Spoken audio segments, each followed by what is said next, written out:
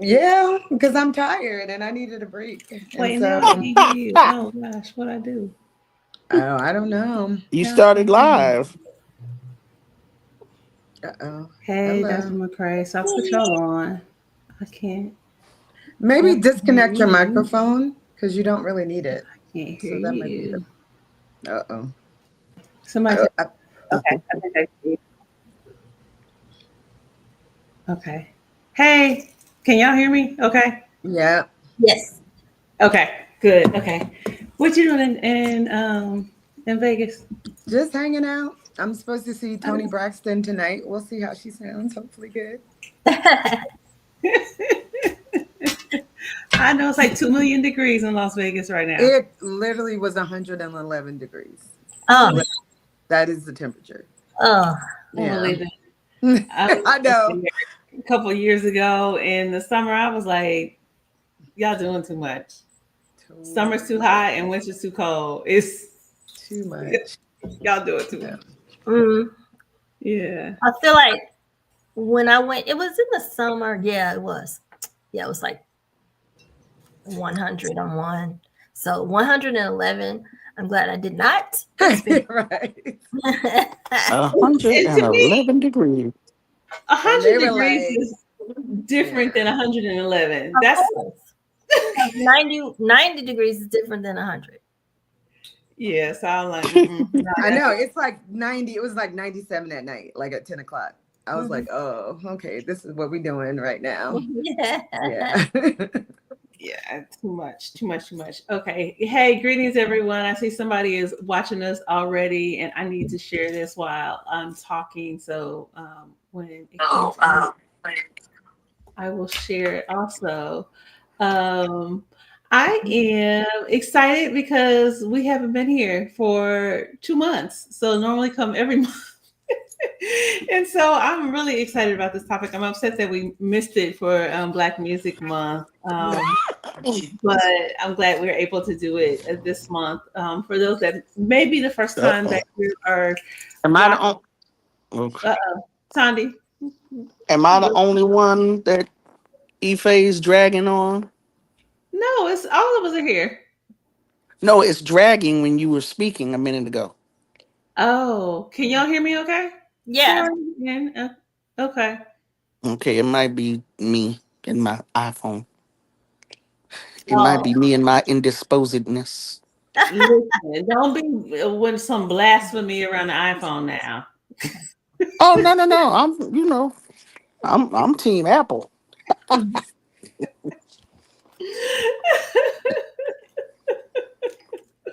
But something, or maybe I need to pay my bill. Maybe that's what it is. Something going on. Not pay your bill. They slow you down if you don't pay your bill.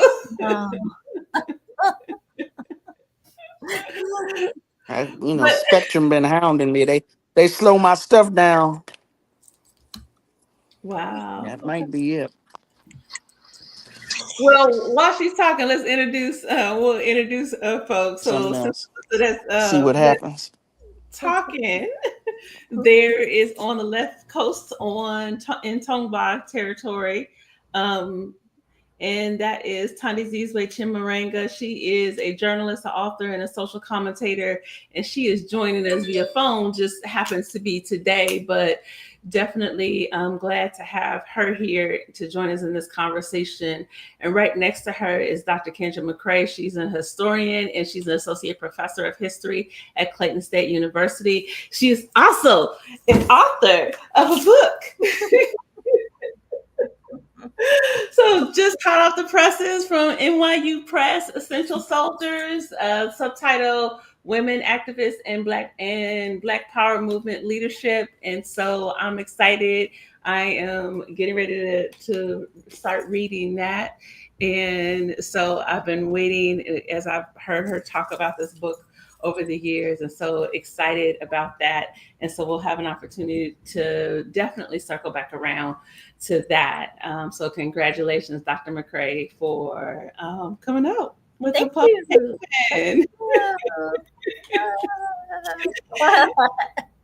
Thank you for mentioning it.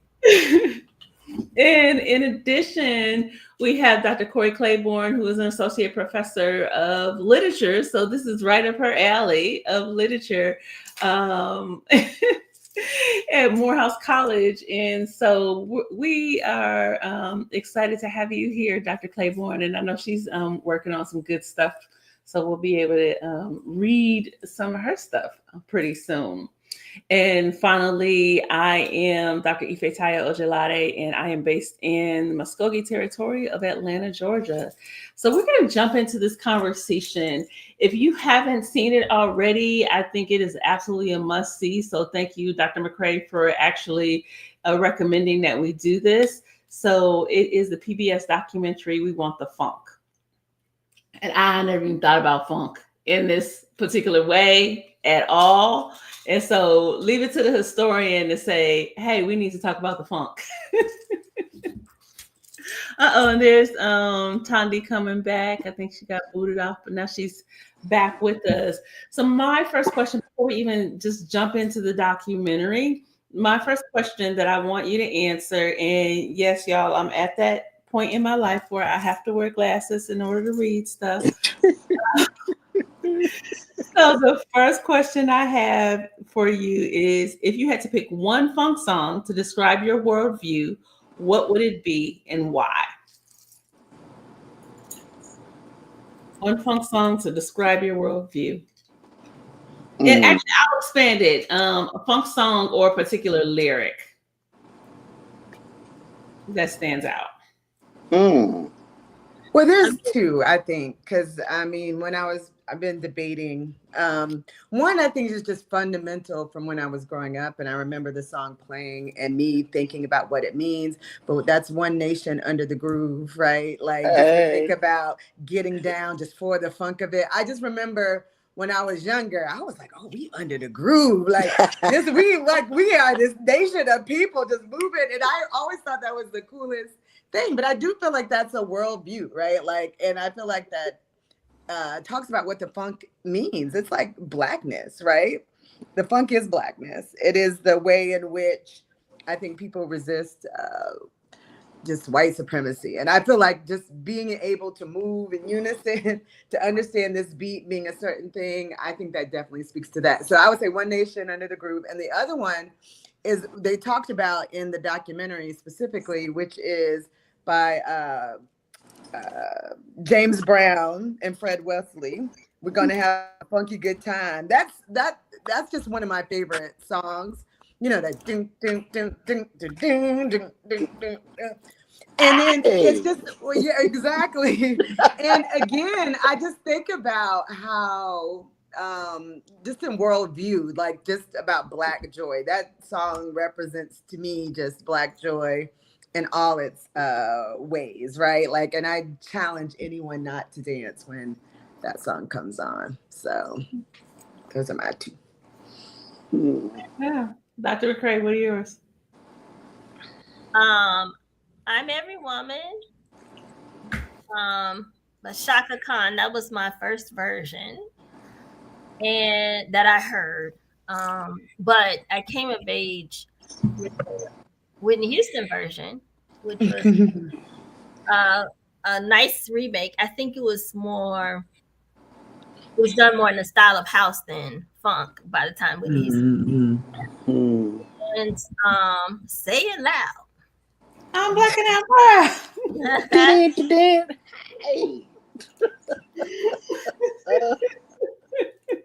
Oh man. And you know, let me just say this. I never associated that with funk. Don't laugh at me or look at me crazy. I never associated that particular song with funk for whatever reason. And then I shouldn't say I never associated. I never thought about it until I looked at the documentary and I was like, oh, I guess that is funk music. Yeah, okay, got it. Which one? Say It Loud. Say It Loud. Oh, Yeah. Say It Loud. Yeah. So I'm not sure if it has to do with generation and age. It might, because James Brown didn't really register for me as funk, more of soul. Yeah, exactly. And whenever I think of funk, I think of Parliament Funkadelic.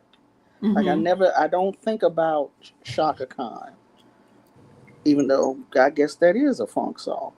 I was in my mind like, who else is funk? They all funk. Right? But I'm not sure in terms of a worldview. I have to go back and think about that. But one lyric, not at the time, and I don't even know if it's a lyric. You know how they start, I guess, ad-libbing or whatever they start doing on the song. I don't know if it was a lyric. I mean, I don't know if it was planned or it just came out in the session. But I know in recent years, one thing that has come back to me is, and I'm not even sure which song it is, but anyway, the guy says, funk not only moves, it removes. So whatever part of your body is ailing, just lay it on the radio. Yeah. Because music, so you know, as I'm older now, I think about how music is a healing force. You know, we saw that in Sinners when Delta Slim says, "With this here ritual, we heal our people, and we be free." And I remember years ago when I was in Atlanta studying Shri, the Akan people of Ghana, the word, what always comes back to me is the word Sa. It can mean heal, and it can also mean dance.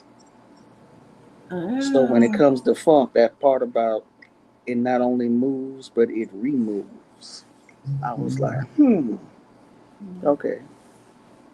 Yeah. And then probably, I don't know, I'm still not sure about worldview, but I know my favorite song is Atomic Dog.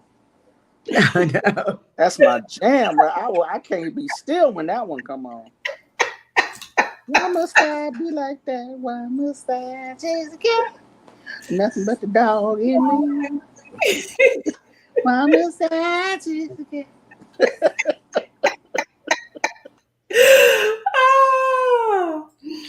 Oh gosh. Yippee. So I think it might be a generational thing too, because I didn't necessarily grow up with the attachment to James Brown. And so I would have put him in the soul category. I just never thought about it until this documentary. And then I was like, oh, okay, that is funk, as I'm listening to it and the thinking Godfather of funk. Yeah. Yeah, really. But I didn't think about it. So I came up with lyrics too. So in terms of worldview, turn this mother out. That's just it resonates. This mother out. Tear the roof off the sucker. When I think about this country, how problematic it has historically been for our people, how problematic it absolutely is right now, I think that lyric just resonates with me. It should be the theme song. Turn this mother out. Turn this mother out. Yeah. We want the funk. We gotta have that funk. We're gonna turn this mother out. The other one, in terms of I think age specific or generational, even though I can't quote a lyric right now for the worldview, if I thought about it more, I probably could come up with something. But after Parliament Funkadelic, I got to shout out to Rick James and the Stone City Band. And I want to get into that in just a second. I want to get into that because I think, I have this whole list of things that I was thinking about and just kind of thinking about my reactions. And of course, thinking about this from a psychological perspective, this era of funk. And Rick James, I think, is an important part. So I noticed that they didn't put him in here at all. There was a couple of people I was like, that's interesting that they did not name. They mentioned him. They definitely mentioned him, but they didn't do they definitely mentioned Rick James, but they didn't do a whole, like Prince, they did a whole thing about him and the Minneapolis sound, but they didn't necessarily do that for him. But obviously you can't talk about, inheritors of funk without talking about Rick James too. Yeah. I noticed they didn't talk about Sun Ra. Because he was jazz. Oh. Okay. Yeah. Yeah, I don't think he was funk. I don't think he would be it. It was like improvisational jazz, which you can make an argument, I think, that a lot of the aesthetic of funk, I think, did come from Sun Ra, like the spaceship, the outer space, all of that in his orchestra. I feel like Parliament like took that up, but their sound was so it's so different, right, than a jazz sound. Because, and I think that the way that they explain that too, that sort of the rhythmic. So one of the things about, if you listen to a lot of Sun Ra, he's discordant, right? Like it is not rhythm. It's like, like it's like all this stuff. And then to have James Brown to have one chord, like just like ding, ding, ding, that we just gonna play this over and over again. Like they don't move it, like you just gonna do it the whole time. It's like the opposite of what people were doing in improvisational jazz, where you don't have a rhythm, you don't follow a certain beat. You do things that are discordant, I think, to sort of break you out of your comfort zone, right? Like, so I think that was what Sun Ra was like, don't get comfortable, right? Like, we ain't from here. We ain't gonna be here, right? Like, so he was like, we ain't from here. This is not, you're not supposed to be comfortable. It's not about grooving. It's not about whatever. Yeah, it's about. Part of Sun Ra is like this transition. Like perhaps he would have been mentioned as a transition, because I in my mind, Sun Ra, like you said, is maybe influential to P-Funk and Parliament. In my mind, it's just, you know, kind of with this alternative way of doing and being. So anyway, I kind of expected. Yeah, but like I said, but in the same way that a lot of jazz musicians, we could argue, are sort of before the funk era. I mean, they didn't really sort of talk about that, but I feel like that's one of the things, because they were really breaking with form, creating new forms. I feel like, you know, funk did that in a way that was, it was just different, right? Like I said, in a way that I think we can challenge in the sense that I think this was more Black. I don't know if people would say that, but I feel like funk was specifically about Blackness, where jazz was more so about countering just comfort of the moment, right? It was about high energy. It was about a lot of things, but it wasn't only about Blackness, but I feel like funk was only and specifically about being Black. So,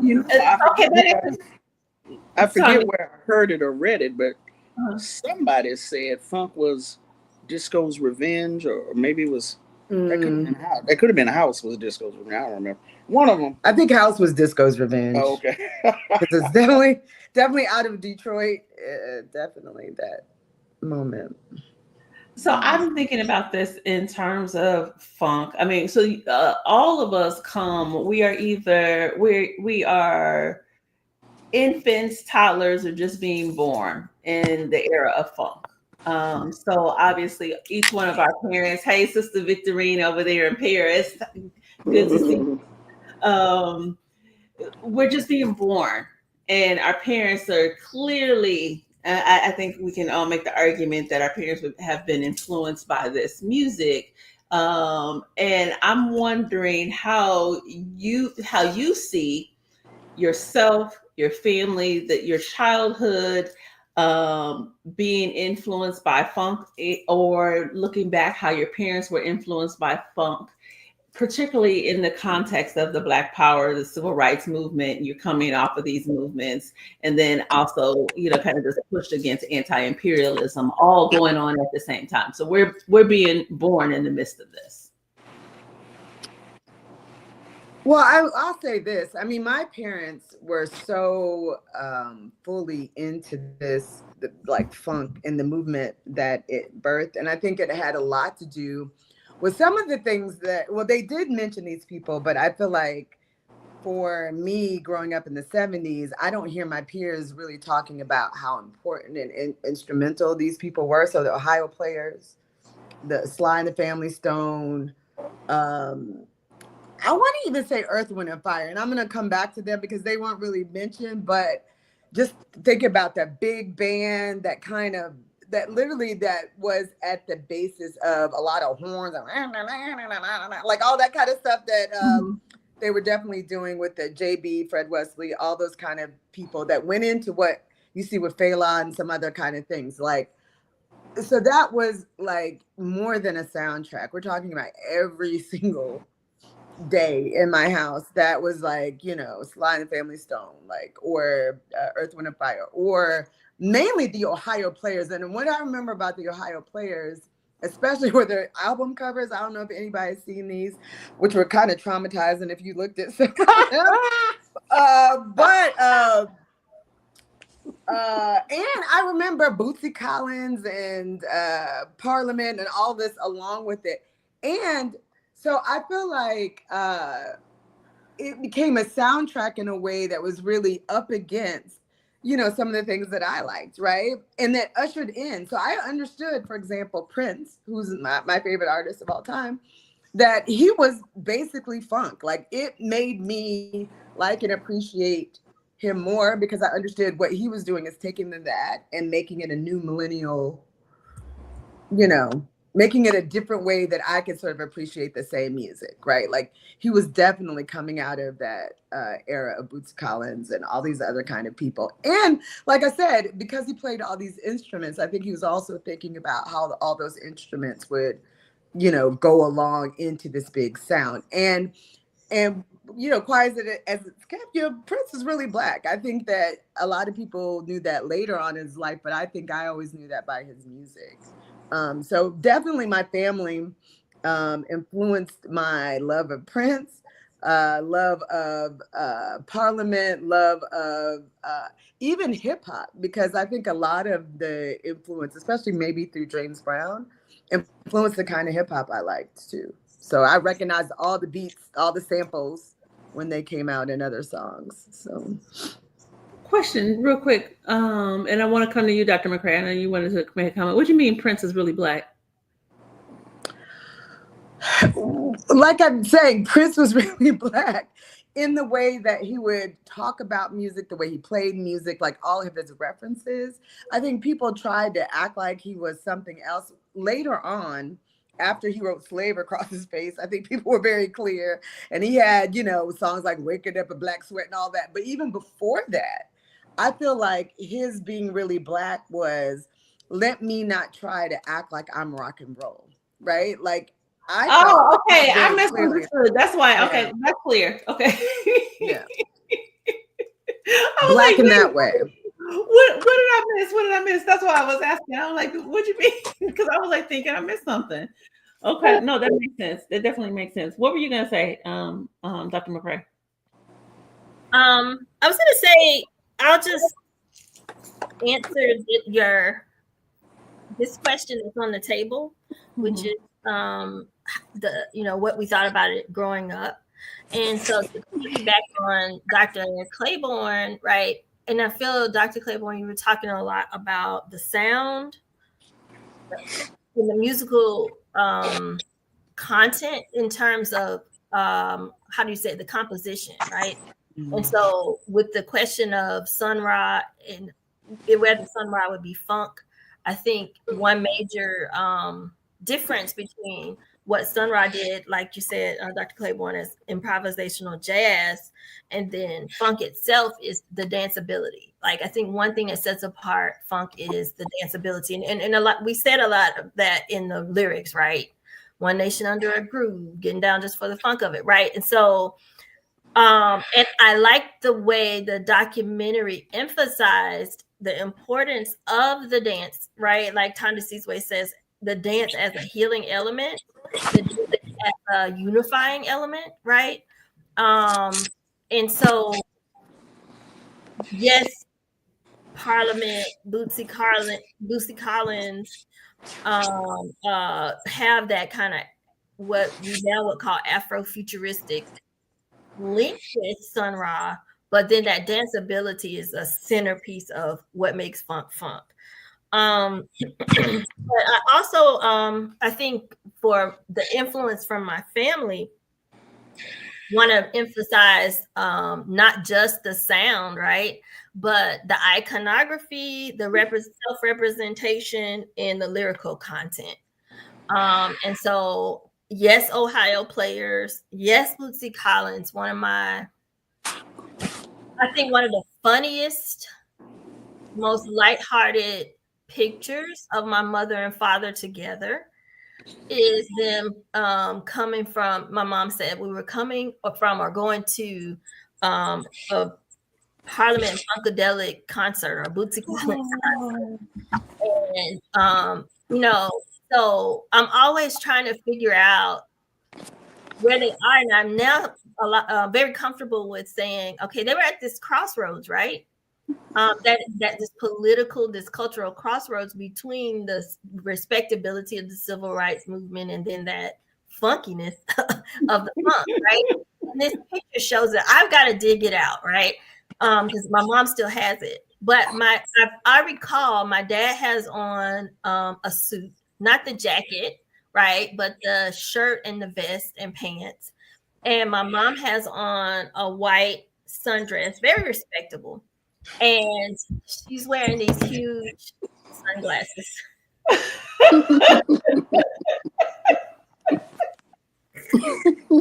Yes, they're at the crossroads, okay, baby. You know, I think I grew up like that, right? Like at this crossroads, like, you know, get funky, but not too funky. I always say, you know, like my mom, the way she dances, the funk was always in rotation at the cookouts, at the family reunion, but you know, she wasn't gonna get too down and dirty with it, right? So, you know, we were always at this crossroads, and I think that's a large part of who I am. And I like the way the documentary emphasized the how it reflected and even influenced the sort of political culture of the times, rapidly changing times. And I thought that, you know, you said, I'll leave it to the historian to say, let's talk about the funk, but it wasn't actually the funk. I mean, the black, growing up black in Alabama was like, let's talk about the funk, baby. But in the 70s and 80s, right? But the historian in me was like, and in particular history teacher was like, let's talk about this documentary because the funk is, for me, a hook to get the students to understand and talk about the actual political climate, the economics, right? Yeah, of it all. Yeah. Oh, and my people, I like the way you emphasize Ohio players and Bootsy Collins, did you say? But also, let's not forget to talk about, I don't remember them being discussed in the documentary, Stevie Wonder. So that, you know, Songs in the Key of Life and all that kind of stuff, Talking Book was also, it's so much the soundtrack of our youth that it's become, you know, the Stevie Wonder Happy Birthday song has become. And then, let's not also overlook the Commodores. They're also in rotation in one of my earliest memories. And I think that ultimately influences my sense of aesthetics, beauty, feminine beauty in particular, was going to a football game where Alabama A&M, my parents' alma mater, was playing some other group. And I'll tell you all, I was never there for the football. I was always there for the bands and the cigarettes. Okay. And the band, you know, band comes out, and then the majorettes come out, and you know, the announcer says something about a brick house. And then all the dancers, majorettes, whatever, because, you know, they had to have, you know, a dance team and majorettes, a lot of stuff. And then they had these big cardboard brick houses, and they set off a little firework. Boom! And then they pushed down the brick houses, and then they had the curvy majorettes doing that thing, right? That's one of my first memories in life. Wow. Yeah. Now I'm sorry that Victorine's thing is on there. I did something and I can't figure out how to move it. What about you, Thandi? How did the funk influence your childhood and growing up and influence your parents? And particularly because you're the first comment from someone that's a child of the Great Migration. So yeah, I think about that sometimes. My parents did not have a large record collection. Everything and it was all radio for me. I didn't have a large radio collection because I ain't had no summer job. I ain't had no or allowance. I ain't had no money to be buying none. So everything for me came from the radio, from commercial radio. But Parliament was a big part of that. Yeah, I almost forgot about the Ohio players, and I want to throw a shout out to Slave. Mm-hmm. Yeah, Slave was one of my groups back in the day. Still is back in the day. But yeah, commercial. I got everything from commercial radio. It did not come from. I can't even say an extensive radio collection. They barely had any records. A few 8 tracks. I'm dating myself. But anyway, dating myself. All of us remember 8-tracks. All of us remember the 8-track. Yeah, well, some folk they don't remember cassette tapes. So these young folk today. Yeah. When I think about it for myself, so I come from a household with a large music collection, large album collection. My father, the first word that came to mind was obsessed, but that's probably not a fair word. My father was very interested in music, and so much so we were the household where, as opposed to nowadays, the children lead what the parents may listen to. My father led what we listened to because he was so into music. So anything that was new, anything that was out, I heard the term, like we weren't using terminology in terms of genre of music, but was funk played in my household? Absolutely. Was Prince played in my household? Absolutely. Mm-hmm. To the point where I was like, why were they letting us listen to some of this stuff? Mm-hmm. The lyrics, I was like, this stuff was off the chain. And we got introduced to it by the adults in the household. When I think about it, and Jamila, when you said like your mom having the big glasses on, I remember my mama's afro. When I think about it, so my hair is a kind of combination of both my parents, and so her hair wasn't going to naturally do all the afroing that it could. So I have a picture of myself as a little girl, and I got my mama's wig on because she had to have the big afro, and her hair didn't naturally do that. So there was a lot, I think, in the influence of music because it was so foundational. Earth, Wind, and Fire, definitely. And like you said, I heard like a slither of Earth, Wind, and Fire, but they didn't really go into Earth, Wind, and Fire. But music was very foundational in my growing up. And so it's interesting, a part where I'll kind of like deviate, I won't go very much into, because music is so foundational. When to be totally transparent, Jamila, when you first said let's do the documentary, I was like thinking, I don't like funk music. And I don't know. Yeah. No. And so just hear me out on this. I thought to myself, I don't like funk music. And I'm listening to the documentary, looking at the documentary, dancing throughout. And when they talk about being on the one, and I was like, oh, I never knew what that was. You know how you be like,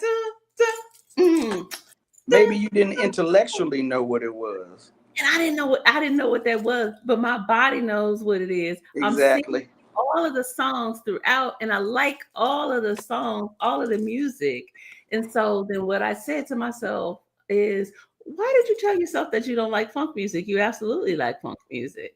And what I realized is that funk music is associated with a period of time in my life. And it's not the music that I don't like. I didn't like the period of time in my life. And so, I got to throw in the psychological perspective.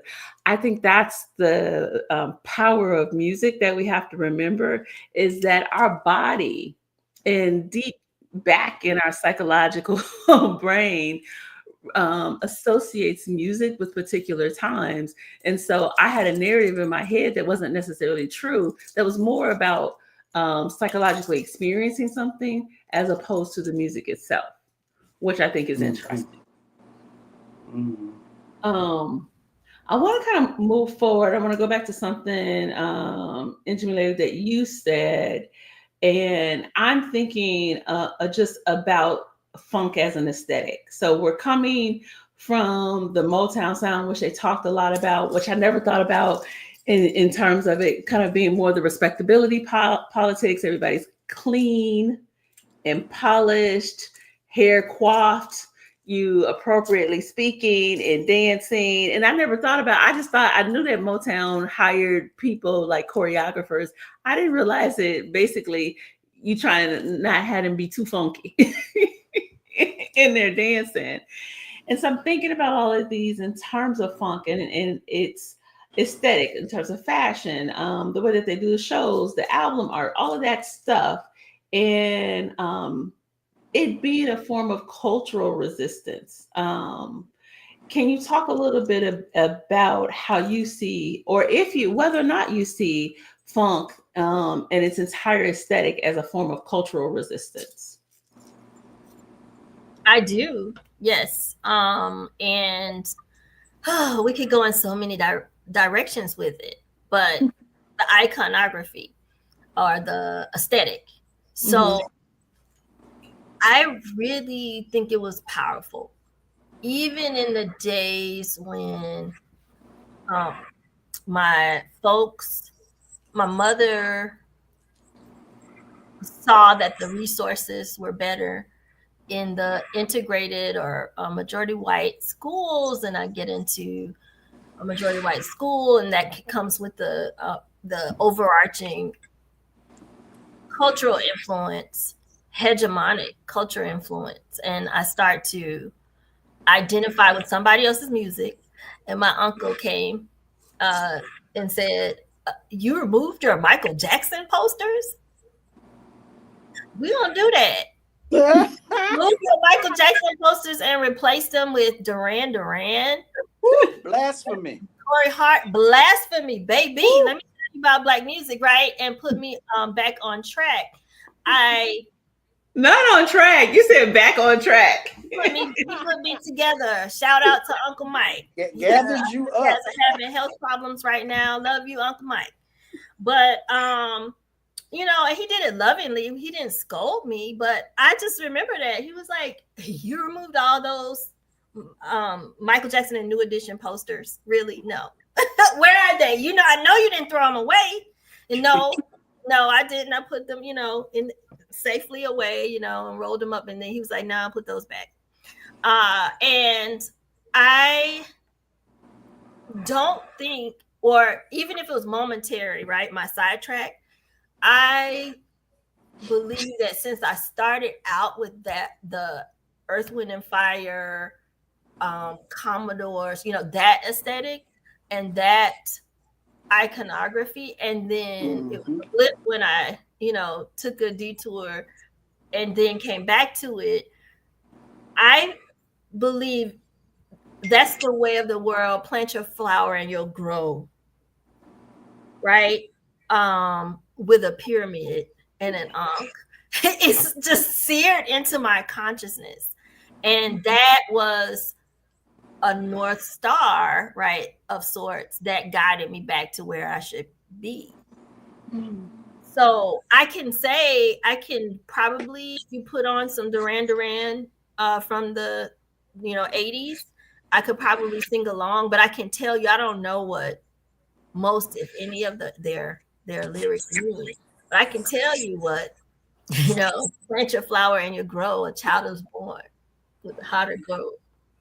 And the way of the world makes his heart so cold. You know, I know what all that stuff means. And in a way, like they're suggesting it's a kind of church almost. You know, or, you know, some kind of transformative experience that is really deeply embedded in me. And I think we also need to talk about the importance of Soul Train, because we're just talking about the influence of funk music and just having that, you're talking about aesthetic and like how that influenced me. And, you know, I mean, we're talking about Rick James, but just thinking about, you know, how I first saw him was people dancing all Soul Train in that same Asian woman with the long hair that was in his video that was on Soul Train. I was just like, oh, this is like that's the touchstone, right? For me, for funk music is Soul Train. And I later on discovered that James Brown had his own Soul Train like show that they filmed in Augusta and then Atlanta called Future Shock. But what's really fascinating about his show is that he did the most African thing, like, you know, where Soul Train, they would play different things. You got the little scramble board. He would literally play the same song, like for 30 minutes. And people would just, like, they come back after the commercial, they do all the same song. You're like, oh, y'all dance to one song.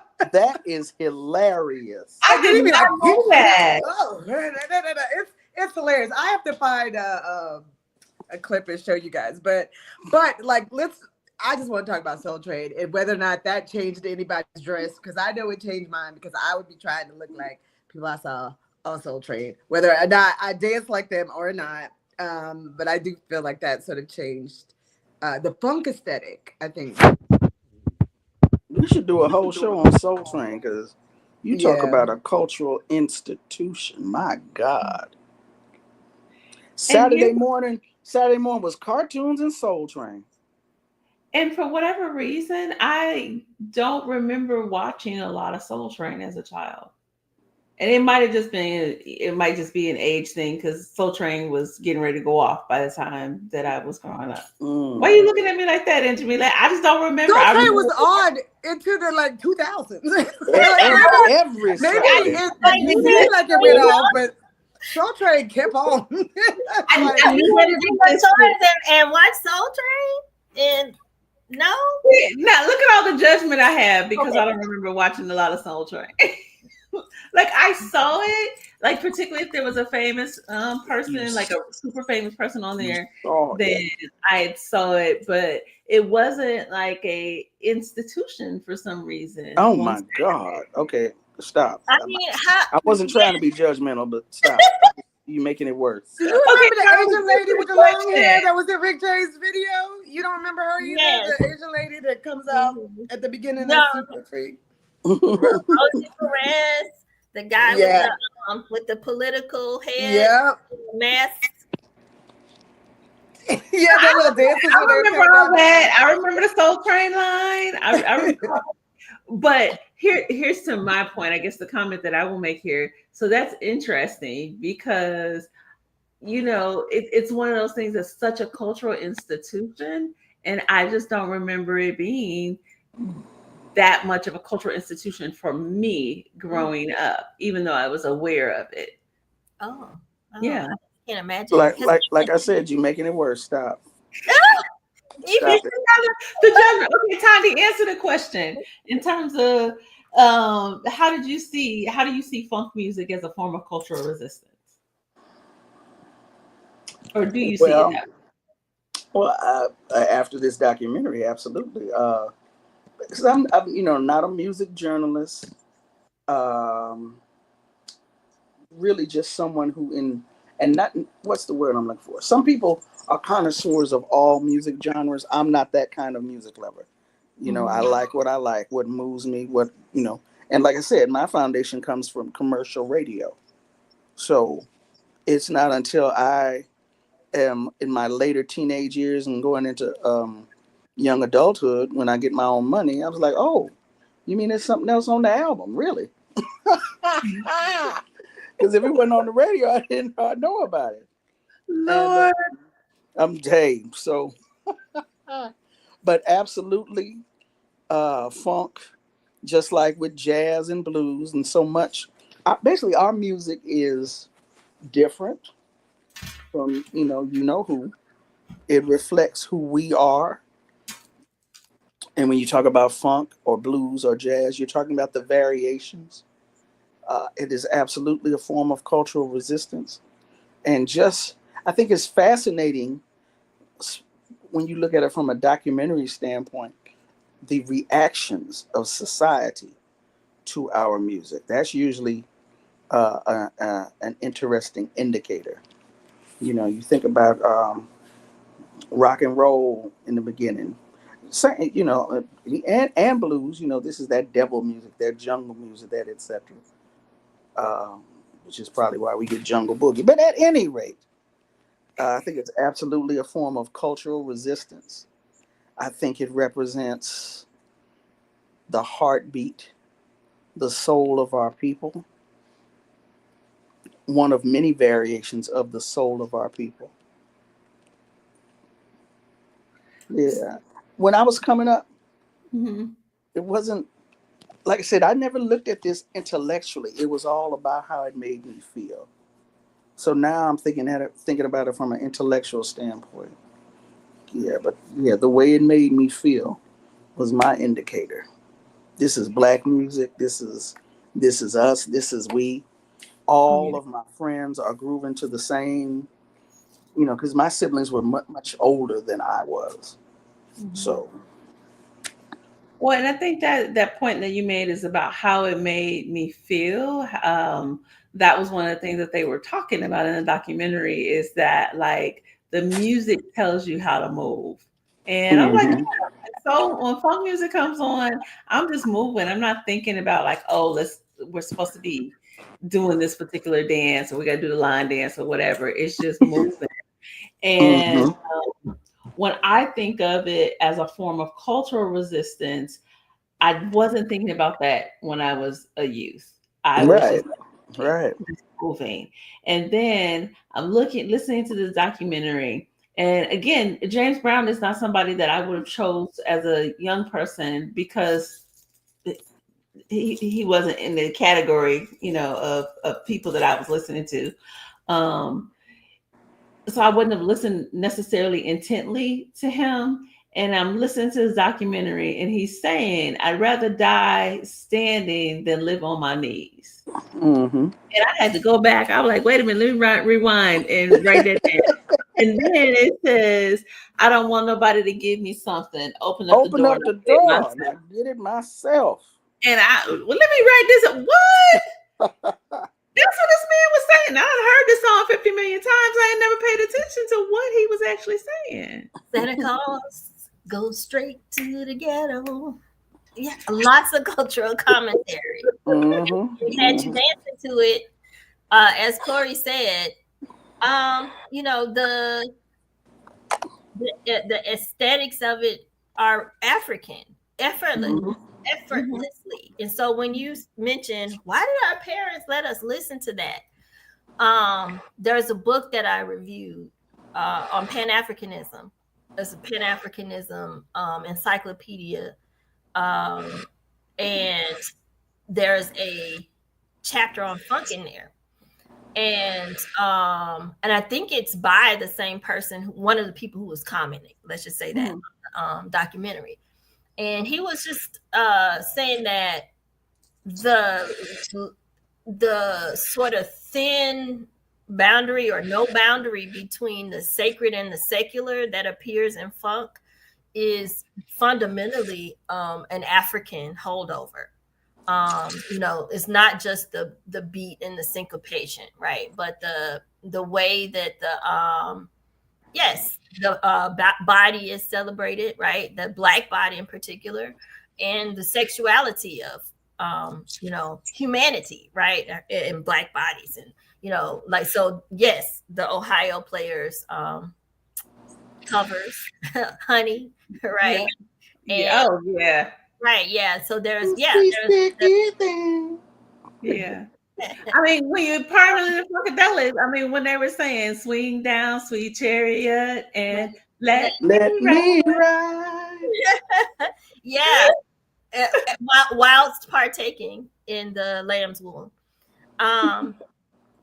So and I was gonna say, let's not forget. I put on the chat. Let's not forget the Gap Band when we're talking about iconography. Yeah, is it true? What that Gap stands? Do y'all know this thing that Gap actually stands for something? No. Greenwood, Archer, and Pine. And where is that? In Tulsa, Oklahoma. Really? Black Wall Street. Black Wall Street. Come on, y'all. That's where my family's from. Yes. Well, and Sam sent us a note to let us know that funky comes from the word Lafuki, according to Baba Fukiao, and it's from the Kikongo language. So back to this idea that it's an African aesthetic and idea. I think that there are a lot of things to talk about in language and culture, and even like in references, right? Like, so we know that all of these, and I'll just say James Brown, who's from North Augusta, South Carolina, not Augusta, Georgia, which it makes a difference. And I think that one of the things that just talk about like his Africanness, and because people used to always make so much fun of James Brown because people couldn't understand what he was saying, and like all this, like his whole being to me, I look like he is literally straight from the Congo. Like he didn't pick up no other kind of whatever. And I thought that was always fascinating to me because when he was like, "Oh, I'm going home," I know that those people saw James Brown come. They're like, "Oh, we know exactly what he's saying. We know exactly what he's saying." All those people came out when he came. And then the way Angelique Kidjo, they just fell right in, and fell right. And we didn't talk about Manu Dibango. Right. And I feel like that's one of the things too that the sacred and profane, which I think Prince does so well in blending those two. James Brown, I'm like a lot of his references came out of, if you saw the Chadwick Boseman movie about James Brown, which actually he was very good, even though he didn't look like anything like James Brown. He did a really good job. Nothing, right? And nor did he look like Thurgood Marshall. I'm like, how you play James Brown and Thurgood Marshall in the same year when them two people ain't nothing alike, right? Like so, but I will say this, that one of the things, his mannerisms that he picked up from like ecstatic, Pentecostal preachers, and the way that he brings that into like, body movement and sexuality and literally talking about Blackness. And I felt like that was where, my first songs, I realized that this was, if nothing else, I don't care what it, the double Dutch bus, the whatever, all of that was about Blackness, right? Like it didn't matter what the James Brown was singing about, mama, come quick, get the licking stick, whatever. It was always about Blackness, right? Like it was unapologetically Black, and it did not try to be anything else for white people. Unlike, I think a lot of, Michael Jackson loved him, but he was very much, I'm going to be this pop person for everybody. James Brown was never like that. He was like, I'm going to be country and just, I'm gonna get up, ready, and do my thing. Yeah. So that's what he's gonna do there. Let me ask both of y'all, all three of you, a question about that. So this is the thing. I think, and I'm just gonna acknowledge that this is a judgment. I think I never saw James Brown as politically Black outside of making Black and Proud. Because I'm looking at his aesthetic, I'm looking at the hair, and in my mind, those two things didn't go together. And I'm saying that this is a limitation of mine at the time. Ask Al Sharpton about it. And this is why Al Sharpton always wore his hair like that, because of James Brown, who is his mentor, basically. And I'm like, and you can say whatever you want about Al Sharpton, it's not perfect. You can say whatever. Obviously, James Brown, like literally, Okay, she got the church in out. What you want with the church in? Yes, ma'am. Yeah, but I feel like a lot of that people don't want to talk about their political references enough, because I feel like James Brown was mad problematic. But one of the things he did when he died, he tried to leave all of his money to the Black students of South Carolina, like to educate Black kids in South Carolina and Georgia. But of course, these white supremacists tried to block him from even giving money to like educate Black people. So I don't know whatever happened to it. I don't know if his estate ever got cleared, because he died like, I don't know. Wait, what were you saying? You had your hand up and you were saying something. I couldn't understand you. And I know you got a problem. I just wanted to interject because Dr. Claiborne said Al Sharpton wore his hair like that. And I just wanted to say, correction, wears. Okay. Well, he cut it down. He did cut it down. So I don't know if you were still going to say he got. You understand what I'm saying? I never, because I was looking at the hair, and I mean, it's a judgment and a limitation, but I was looking at that and I wasn't associating him with the politics.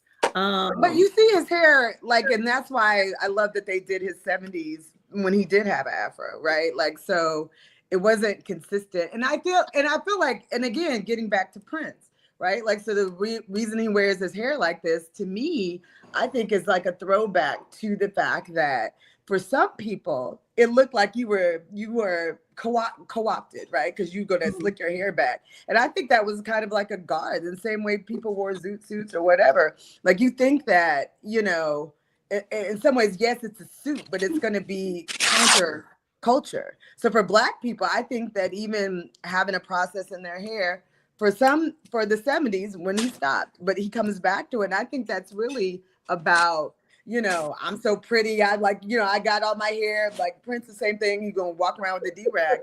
But it was really all about, like, you can underestimate me if you want to. And I think a lot of people did that. Like, you put a process in your hair. I think you could go around and be very stealth and do all this other kind of stuff because people are going to think you're a joke. But I got two more questions that I want us to answer before we have to get off, because I know some folks will have to get off soon. I got two more things. One is our sister Estee's not here, so I just want to represent and just ask one question. Did you notice the presence and or absence of queer voices? That's one thing. The other thing is, did you notice the presence and or absence of a discussion around cultural appropriation of funk by other non-African people? I don't remember that in the documentary. Okay. And I mean, you know, I didn't watch it, you know, I didn't brush up on it like last night or this week. So I don't remember that from the documentary. But I'm like, I don't think they're gonna get funk. That's one they're not gonna get. Okay. Intimate, you were in terms of appropriation. Mm-hmm. What about I feel like they did show, like, the Bruno Mars, the you know, David Bowie, like they showed the ways in which, and I feel like it's really hard to appropriate funk music, like the whole thing. And that's why a lot of times they talk about how the music influenced, you know, other people. You know, we can obviously hear that in some people, but they couldn't embody the whole thing, meaning the look, the style, because I think it resists that, right? I'll say that on the cultural appropriation. And I think the queerness, and this is where it becomes really interesting. There was an article, it was basically about, I don't know, it's kind of like about the feminization of the men who were in funk. So Prince, Rick James, you know, who had his beautiful, sparkly, his braids were enviable. He put glitter in them. He had the George beads on Clinton. Like, Yeah. I just, right. I thought the whole, you know, the whole thing. They talked about, but at the same time, very misogynistic. They all of them were sort of beating women and having some other kind of problems. So I will say that I felt like they in a way, queerness becomes an interesting thing, because if you're talking about gender norms and how they're breaking those, they definitely did that in a lot of different ways, right? Like, they didn't seem to care about makeup, hair, all of that other kind of stuff, which was very different from the soul era, right? Like, you wouldn't have anybody in soul. This is why I know Prince is not a soul artist, because you wouldn't have anybody in the Smokey Robinson putting on a full thing of makeup, you know, cutting his butt cheeks out. Like none of that's gonna happen in their soul. And the same thing, Rick James with his tight spandex and his lipstick and his glitter in his hair couldn't happen if it was simply Rick James had glitter. He was trying to in his braids. It was glass. It was actually glass that was in his hair. Oh, was it? Oh, I don't know. I just knew it was. No, there was some glitter there too, because it was on his face. It wasn't very pronounced, but you could see. Yeah, because he used to rub up against the artist as a punishment So it was scratch. I mean, he was abusive. Well, again, this is where what I was saying, they were kidnapping and enslaving people. Like they had a lot of, I mean, like all of them, right? Like Rick James included. I mean, Rick James, James Brown, like Parliament.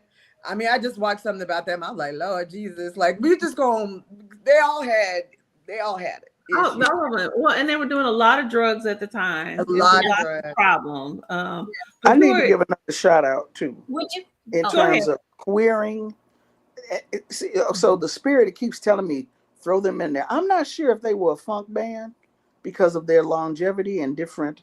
They came out during the rock and roll era, but somebody somewhere need to say something about the Isley Brothers. But at any rate, in terms of queering and their wardrobe, they was wearing some wild stuff back in the day. We look at it now, it's like, oh yeah, they did look like that, didn't they? Yeah. Yeah. Very low cut jumpsuits and heels. And like you and said, now, diaper. and it might be The diaper. I guess my cameo is in there somewhere. Cameo. They definitely have a funk cameo. Yeah. And then with the appropriation, I know y'all not gonna talk about Rick James without talking about Tina Marie, because that's what I thought about with the glass. Because she said, "Well, now wait a minute. Hold. Tina Marie. That's my sister. I don't give her appropriation though. No, I don't know why. I know she was not black, but I don't feel like that was appropriation. Yeah, no Tina Marie slander. No Tina Marie slander. I wasn't trying to slander her because Square Biz, that was one of my earliest. All of her stuff. I started saying all of it. SHIT. Whew. Don't leave Tina Marie. No, alone. I was somebody like who didn't interface with the culture all of a sudden just started singing those songs. I think it's a little different. She's a little different. Yeah, that's not appropriation to me. Mm-hmm. And real quick, I was going to say in terms of David Bowie, I don't know if, well, like I said, I'm not a music journalist. I'm not that deep a student of music history. I just like the way it makes me feel. There's people who try to appropriate, people who are influenced by Black music.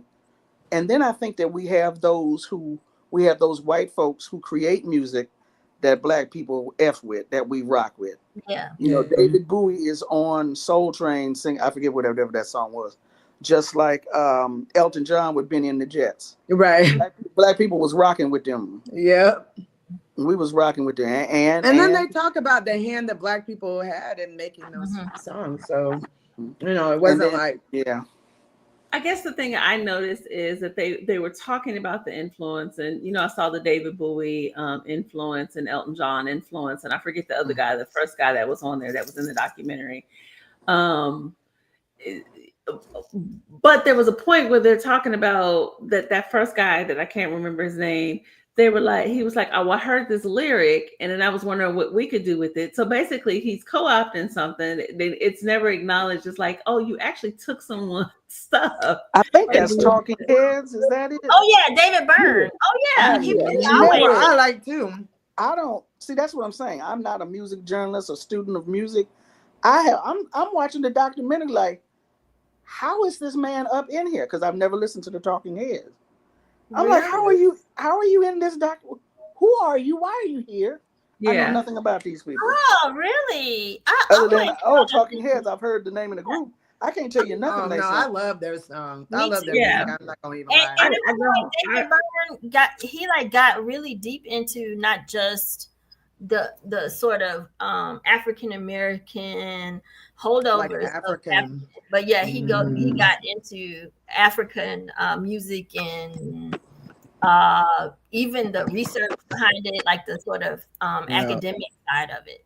So there were spaces when he's talking that it sounds like cultural appropriation, which I didn't think was acknowledged, and so that was a little disappointed in that. And then in terms of this kind of queering model, I'm not a queer scholar, so let me just acknowledge that. Coming definitely from a heterosexual lens, I think there's this interesting and complicated world for Black people of where queerness shows up, and it's okay if it looks in a particular way. So you have these musicians that are really showing up in very non-binary ways.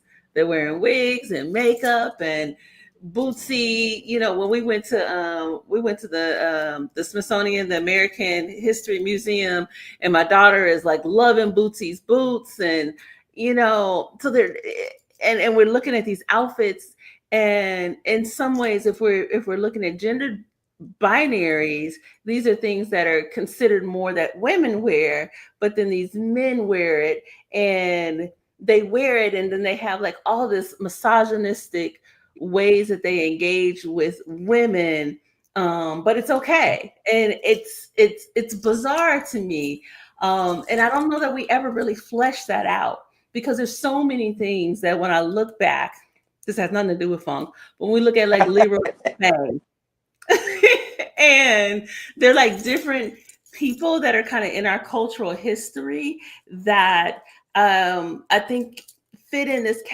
non-binary category, and that we can talk about it from a queerness lens, but it's not a conversation we have. But they cool because they famous and we like them.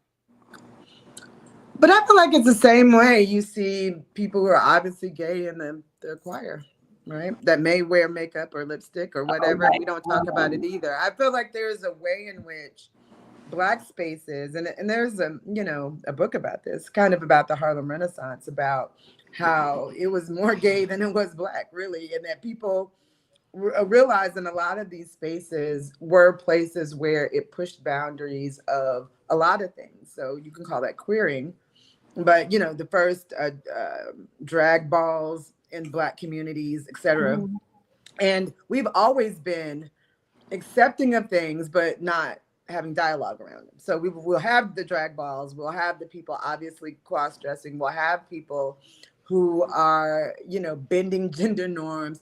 And we're like, oh, but they sing, whether it's in the choir or, if it's Parliament and Funkadelic, we're like, okay, well then that's okay, right? Like there's never any kind of conversation around that. But I think that is Black culture. Like we don't, and there's certain, like, it's almost like at carnival time, right? Like if you're in the Caribbean or wherever, in carnival, anything goes, right? When it's whatever, if it's carnival time, people could be out in the streets doing what literally, well, I was about to say something, I won't say it because this person's famous, but I saw this famous person doing stuff at carnival, and I'm like, I don't know if people knew he was gay, whatever. He had a little bikini on, he was out in the streets in Caravana, like just like shaking it, like kissing up on people. Wait a minute, I missed I know that. He was like, what are you talking about? I missed that. Well, that's what I'm saying. I don't want to say his name, but I will Lord. say this, that it was one of those kind of things where I was like, well, I'm gonna say that because it's carnival time, right? Like it's like anything goes, and that has always been Black people's thing, right? It don't matter if it is in service of the funk. It don't matter what happens. And I guess there has to be this conversation about, what that means, that we don't talk about, these obvious ways in which we break with like this traditional whatever, and we don't ever talk about it. And people are comfortable with that. And to me, it's like, it's only okay in certain contexts. It is only like okay. At carnival time, right?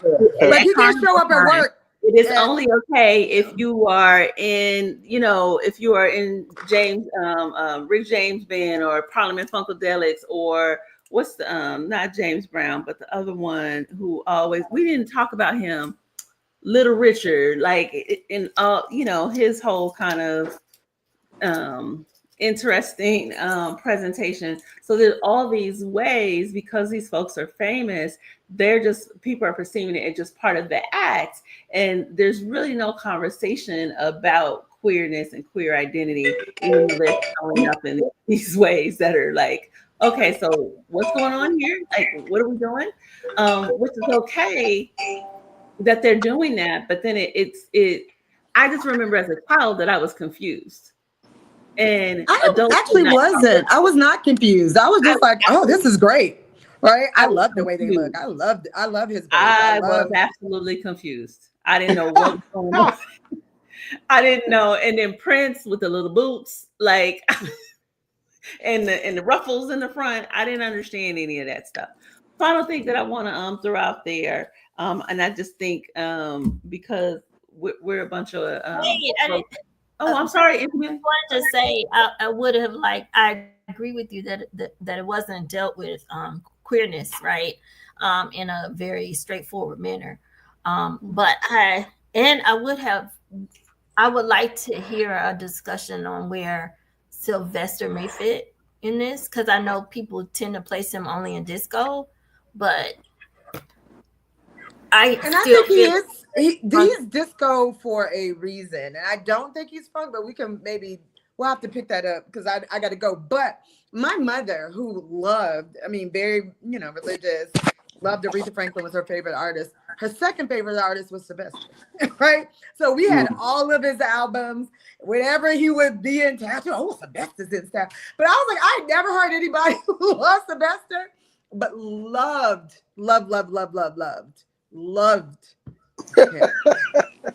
Did she love before you go, I want you to jump in on this last question around the misogyny that shows up in funk, because we kind of touched it a little bit.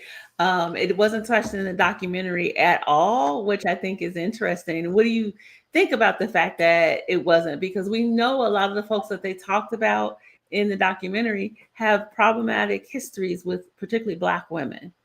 So the drugs and everything that they were doing was not a good combination oftentimes for Black women. And even when the one young sister said that she joined right after she got out of high school, I remember cringing because I was like, oh my God, I wonder what happened to her. We know, we're starting to hear, especially, the Bride of Funkenstein and all the women who were with Parliament, they're starting. Yeah, Stein, sorry.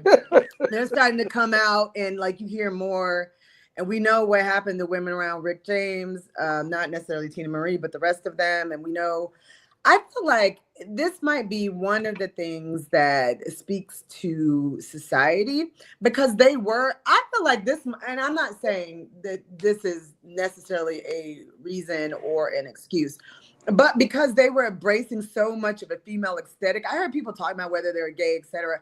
I feel like some of that abuse of women came for them to reassert their manhood, right?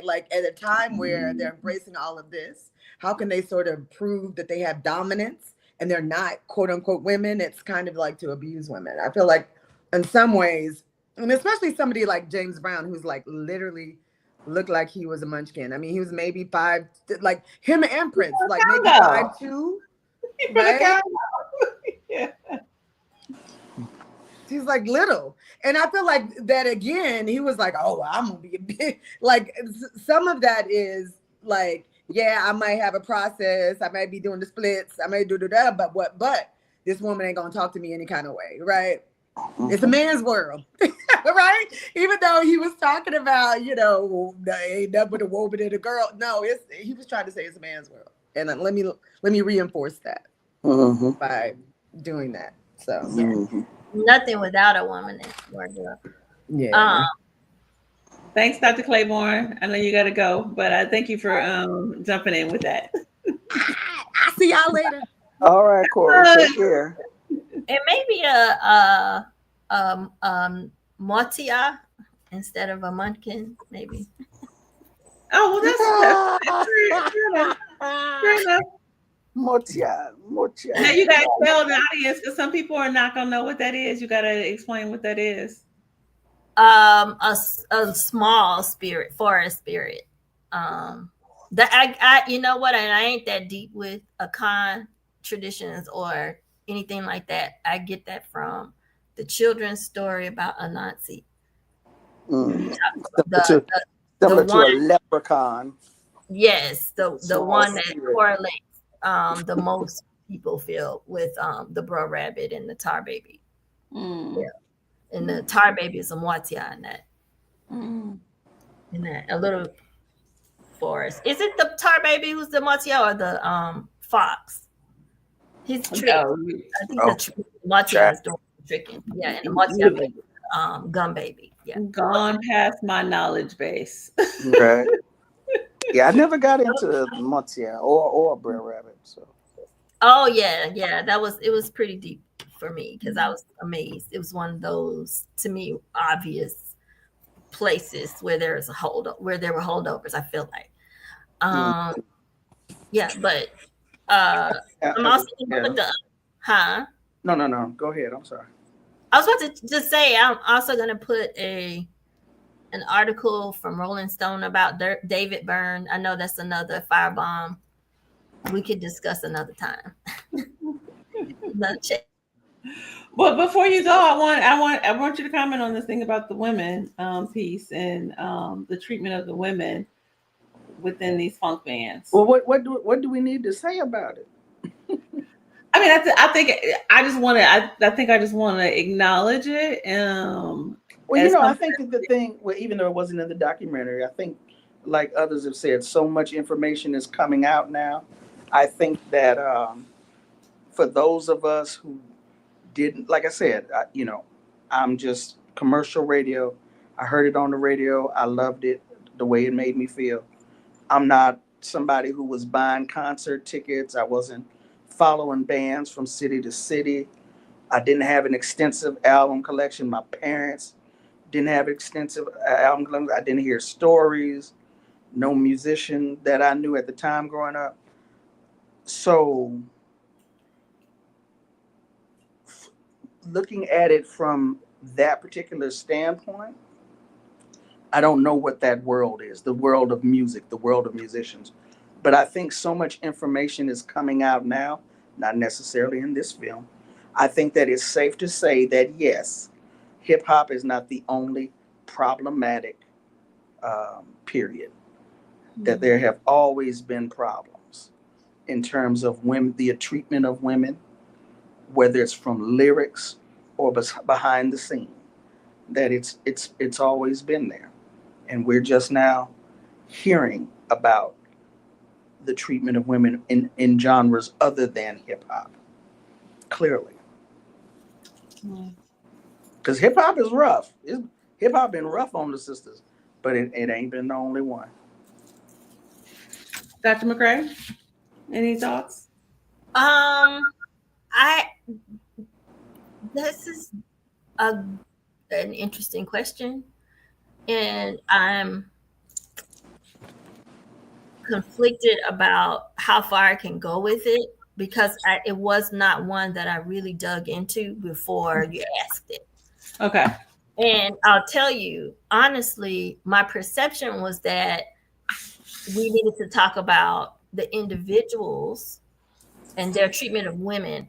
I didn't see that the violence against women was embedded in the lyrics, or now the lifestyle, like Thandi was suggesting, of a musician, particularly during this era, and the level of this is people getting into music, which is already a site of vice during the 70s. An era, with the countercultural overlay. So there's that part. And we're looking at, we're like celebrating aspects of these different artists' cultural output and or production, let me call it that. But we're not saying that they're perfect. And so they had these deep-seated issues too. But I thought of them before you asked as overarching issues that people were experiencing in terms of domestic gender violence that wasn't endemic to funk music, and then individuals' behavior, like James Brown's behavior, like Rick James' behavior, right? And I think maybe another aspect of this discussion does need to emphasize women more, because I noticed we kind of glanced on Shaka Khan, but we did not go into Nona Hendrix. We didn't go into Patti LaBelle and LaBelle, and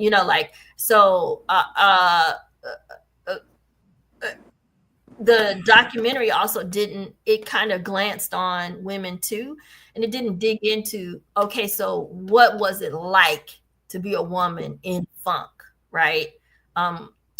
During the era of funk, performing or writing, funk music, and parse through that. Because, for instance, I think we didn't mention Mtume. I would put Mtume on the list in terms of iconography, but like that big, I think maybe the most famous Mtume song, Juicy. The lead singer talks about the lyrics, if I recall, and how they're also kind of a sexual liberation, a performance of women's sexual liberation. It's one of the few times during that era where a woman is talking about what she likes, what she wants, right? So I feel like this it's a very, very it's a heavy question, and I don't feel I've thought it through well. No, that's fair. It's just one that kind of stuck out to me, because when they did bring up like Patti LaBelle, and when they what's the song, Lady Marmalade, and I remember like being a little girl walking around talking about voulez-vous coucher avec moi, c'est soir. And my dad, I'm a little kid saying this. My dad was like, "Do you know what that means?" Nope. And so, of course, I didn't know what it means. He's looking at me crazy, but then he translates it for me. And I still don't get it because I'm a little kid. It's like, just don't say that. Well, but who was playing that stuff on the radio? Because, I was getting it from someplace. But it made me think, because I watched it for the second time just right before we started. And as I was looking at the movie, the documentary, I was thinking to myself how much I was enjoying what I was hearing, how much I was enjoying the music, and I was enjoying the experience, and how much that we can enjoy stuff when behind the scenes, Black women are suffering, or there are ways that Black women may be exploited. So, for example, when we think about the cover, the Taste of Honey cover, you remember with the lady with the honey on the cover, like the honey over her body. Mm-hmm. And what people were saying later on is that that lady ended up having a lot of issues because they had poured that honey on her and it stayed on her skin for a long time. And when you photograph and you're under hot lights and stuff like that, so she ended up with that wasn't a good experience for her. When you and I, all the three of us, know that if you join a band with a bunch of men that are dropping acid and you just out of high school, that ain't gonna be no like sweet walk in the park for you. So I have a sense that we as Black people have to begin to struggle with, even if we don't have all the answers, even if we don't know everything, we got to begin to struggle with how our joy can often be on the backs of suffering for Black women. So, we've seen the Rick James documentary, so we know how problematic he was. We know how deep in his addiction that he was. And then even Thandisizwe, a little bit, you were like, yeah, but not Tina Marie. Tina Marie has some issues. What did you say? I didn't hear you. I said I was going to tease you a little bit because you were feeling protective around Tina Marie, which most people that come up in our genre are protective about Tina Marie, and I don't know how much we actually deal with what happened to her as a result of that relationship. Mm-hmm. Mm-hmm. She was dope, and she gave us music that we have not seen again in this generation. Mm-hmm. But how much did she have to pay for that? Mm-hmm. Mm-hmm. So I just think I want to put that on the table as like why we're looking at the joy of this. I think from a psychological perspective, oftentimes women in general, but then Black women in particular, are paying the price for these things that now we can elevate and hold as iconic in the Black community. And perhaps funk music in some ways is one of those things. Oh, absolutely. You know, when we say all of our faves are problematic, every last one of our faves is problematic, whether we're talking about an individual artist, a political activist leader, or a genre. I mean, if you just want to take out, and I'm not trying to be a purist, I'm not trying to be, what's the word? Not prudent, you know what I mean? The other word, not prudent. Yeah, approved, not prudent, approved. But let's just excise women out of the picture totally for just 1 second. Mm-hmm. How many of these songs were recorded? We're not going to say written, performed live, recorded, and the artist was high on something. Good Lord. We have to throw out all of this music. Mm. If now let's bring the women issue back in. We'd have to throw away all of our stuff. Yeah. So, yeah, I mean, how do we, I mean, I appreciate you bringing it up, but how do we reconcile it? I don't know if we can reconcile it, but yeah, I don't know. I think it just put to me. It's a problem with funk. Like we're talking about it with the funk documentary. Is this why I was saying I don't know enough is because I don't want to leave people who might watch or listen to this with this idea that we're saying that this is an endemic problem to funk. No, it's not. Like I said, all of our endemic problem to this country. Well, okay. Let's start there. And just violence against women, just this country. You know what I'm saying? Like, so. I mean, again, we can take this globally. Like, it's a man's world. Right. Yes, this is a site, like we can talk about it, and this is a site where this shows up. It's not immune to these things. Right. But then it's also, I do think we also have to investigate, is this a site for women to experience some things and express some things that they hadn't and couldn't in other places because of its countercultural threads, you know, too. Right? I think so. That's a different, Yeah, just even when I'm thinking of the Brides of Funkenstein, I'm like that whole thing, because that's totally going against like this kind of respectability presentation of Black women. So to do that, I mean, I think there's a lot there. I mean, your point is well taken. So no, and I don't want to give that impression that it's just funk. It's not just funk. That's a problem. No, it's not just. It's not, definitely not. But you know, the thing about the funk genre, were there artists or were there female? Well, other than Chaka Khan, that go either way. It was a male, not so much male dominated because most things are male dominated. But you know, at one time there were female hip hop artists and groups all over the place.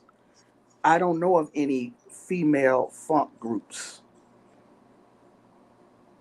Like Brides of Funkenstein was almost an auxiliary, you know. Mary Jane Girls is almost an auxiliary. So Vanity. Vanity 6, right? So. Oh my goodness, yeah. But was that supposed to be funk? Was that wasn't supposed to be funk, right? No. But I was just saying that Brides of Funkenstein. Like Rick James, his spinoff for a while, he labeled it as funk punk or punk funk or something. Yeah. So it was, So I think at least it was a derivative, but I don't know that this is endemic to funk. And LaBelle, I was gonna say LaBelle is an all-female funk band, and that's something that, like I said, it was dealt with, you know, sort of. They were funk. You think that Lady Marmalade was only one? I don't know. I have to listen to the LaBelle album because I only know the hit. I didn't have the album. I just radio for me, so I couldn't really go on that. Okay, ladies. Well, thank you for this. So just to remind y'all that I'm hanging out with my sister colleagues and friends. Thandisizwe Chimurenga is a social commentator. She is a journalist, and she is a writer. And she is out there in Tongva territory of Los Angeles, California. Dr. Kenja McCray is an associate professor of history. She is at Clayton State University. And again, just a little reminder. Got a new book coming out. New book, Essential Soldiers, Women Activists, and Black Power Movement Leadership. Right now, this is a critical book at this time. So I was thinking this morning that people need to be forming book study groups around this book at this moment right now. We need to understand what Black women were doing. Well, wait a minute, hold on. How you get a copy? You say you pre-ordered it? Where my copy is? It's coming. You ordered it, right? It's coming. Yeah, but how did you get yours? It's saying it's not available till August. How did you get it? Once we log off, we can talk about it. I'm salty about not having a copy in my hand right now. Can you tell? Okay, ma'am. Anyway. I'm salty because my understanding is there's no audiobook, and I would be done this weekend if it was an audiobook. So, so Dr. McCray, put the link in the chat so people can purchase the book if they're interested. So I'm going to encourage you, if you are a part of a study group, if you are a part of a book club, then this should be something that you are reading, because it's talking about Black women's leadership and Black power movement from a particular perspective. So encouraging you to do that. It's definitely something that we're going to be talking about here on this channel. We are here every single first Friday of the month. I know it's not the first Friday, so forgive me. Holiday last week. We're here every month. We're here every month, usually on the first Fridays, hanging out, talking. If you haven't done so already, please like. I see a couple likes. Thank you for that. Please share. Please comment. That's the way that this message gets out and this word gets out. So we'll see you next month. Take care. Peace.